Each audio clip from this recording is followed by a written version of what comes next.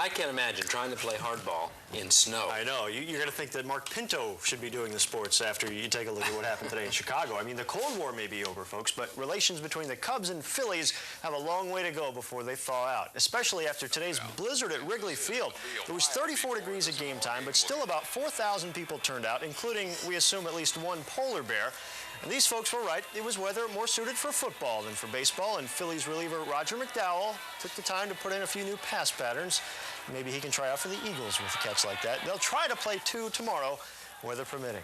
Now to warmer climes. Atlanta, where the Braves hosted the National League champion Giants, and MVP Kevin Mitchell keyed a 3-run fourth inning with a double that scored his buddy Will Clark. Kevin Bass and Robbie Thompson also hit homers, and Rick Russell got the win as the Giants won the first game of a twin bill 8-0. They're in the 9th in the nightcap with the Bravos leading 4-3. In St. Louis, the Expos down the Cards 6-4. And the Reds are looking to finish off the Astros. They lead 5-zip in the 9th. The Mets got their first win of the year as they bounced back from an opening day bashing at the hands of the Pirates. Greg Jeffries, it is gone goodbye. 1-0 New York in the first. Frank Viola finally showed his Cy Young form. 7 2/3 shutout innings, 8 strikeouts, including Gary Ritas there. And Viola's old college roommate at St. John's came on for the save. John Franco made a nice play to get Gary Ritas in the 9th. And the Frankie and Johnny show played to rave reviews as the Mets shut out the Pirates 3-0. Now, 2 of the pitchers the Twins got by trading Frank Viola to the Mets helped Minnesota to its first win of the season today. Kent Hrbek was making sure the Twins were in tune as they met the A's in Oakland, and Herbie made some sweet sounds with his bat, too, with a first-inning rocket to right field off Mike Moore. 3-run shot put Minnesota ahead 3-0. Kevin Tapani, one of the benefits of the Viola trade, threw 3 scoreless innings. Here with 2 on in the 4th, he gets Terry Steinbach to hit into the 4-6-3 double play. And former Met Rick Aguilera came on in the 9th and completed the shutout by getting Stan Javier looking for the final out as the Twins gave the world champs their first loss 3-zip. The White Sox and Brewers were snowbound in Milwaukee. Cleveland, a winter wonderland as well. The Yanks and Indians couldn't get their game in. Pete Incaviglia homered and drove in 5 runs to power the Rangers to an 11-5 win over the Blue Jays.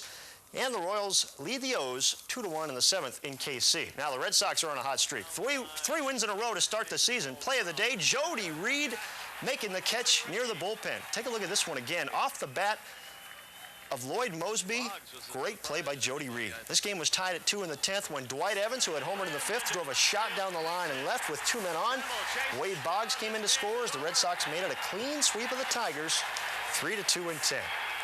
Golf fans in Naples had a chance to see some future stars of the LPGA Tour this week as the Futures Tour stopped at the Countryside Golf and Country Club for the Florida Futures Classic.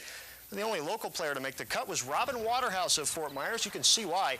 Here on the 9th, she goes for the long birdie and comes up just short. Nice putt, though, Robin. Doreen LaDonna was stylish with the Sox and 1 shot back heading to the final hole, but this bogey on 18 left her at even par for the day. Left the door open for second-round leader Lisa DiPaolo from Austin, Texas. Lisa also bogeyed the 18, but with that long putter, didn't matter. Her final round 71 was good enough for a 1-shot victory and the $3,300 first-place prize. Well, the Milwaukee Bucks could have clinched a spot in the NBA playoffs with a win over the Hawks tonight in Atlanta. They got off to a strong start. Watch Brad Lohaus rip down the rebound and start the Milwaukee break. On the other end, Alvin Robertson hits Greg Anderson for the slam. The Bucks led it 48-45 at the half. But in the 3rd quarter, the Hawks returned the favor. Cliff Levingston with a swat, Moses Malone with the outlet, and Dominique Wilkins with the jam for 2 of his 27. And the Hawks denied the Bucks 106-94. Atlanta's playoff hopes, though, still alive. Elsewhere, the Pistons struggled to beat the Nets 98-93, and the Bulls crushed the Cavs 107-86. In the NHL playoffs tonight, the Bruins tied up their series with the Whalers at 2 games apiece with a 6-5 win. The Sabres beat the Canadiens 4-2 to make that best-of-7 a 2-2 affair. The Rangers beat the Islanders 6-1. They lead that series 3-1. And the Devils and Caps are at 2 games all after a 3-1 Washington win tonight. You tend to think of cold weather more of hockey than baseball. Not today in the early part of the season in some of those places.